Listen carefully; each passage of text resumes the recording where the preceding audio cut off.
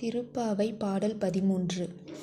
புள்ளின்வாய் கீண்டானை பொல்லா அரக்கனை கிள்ளிக் களைந்தானை கீர்த்திமை பாடிப்போய் பிள்ளைகள் எல்லாரும் பாவை களம்புக்கார் வெள்ளி எழுந்து வியாழம் உறங்கிற்று புல்லும் சிலம்பினகான் போதரிக் கண்ணினாய் குள்ளக் குளிர குடைந்து நீராடாதே பள்ளி கிடத்தியோ பாவாய் நீ நன்னாளால் கள்ளம் தவிர்ந்து கலந்தேலோ ரெம்பாவாய்.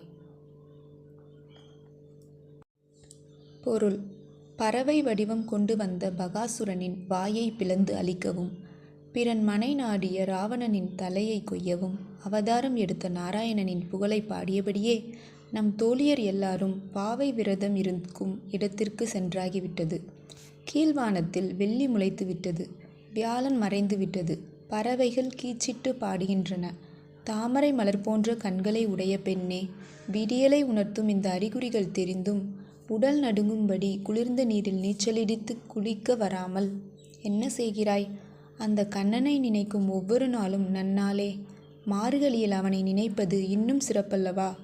எனவே தூக்கம் என்கிற திருட்டை தவிர்த்து எங்களுடன் நீராடவா. விளக்கம்: கள்ளம் தவிர்ந்து என்கிறார் ஆண்டாள். தூக்கம் ஒரு திருட்டுத்தனம். பொருளை திருடினால் மட்டும் திருட்டல்ல, நேரத்தை வீணடிப்பதும் ஒரு வகையில் திருட்டுதான். அதிலும் பகவானை நினைக்காத ஒவ்வொரு நிமிடமும் நமக்கு நாமே செய்யும் திருட்டுதான். வயதான பிறகு திருப்பாவையை படிக்கலாமே என நினைக்கக்கூடாது. அப்போது வாய் உளர ஆரம்பிக்கும். சில நேரங்களில் பாட முடியாமலே போய்விடும். இந்த பாடல் வெளியாகும் பத்திரிகையை பிடிக்க முடியாமல் கைகள் நடுங்கும். அப்போது பகவானை நினைத்து என்ன பயன்? இளமையிலேயே பகவானின் திருநாமங்களை சொல்லி அவனது திருக்கதையை படித்தால் செல்வங்கள் நம்மை தேடி வராதோ?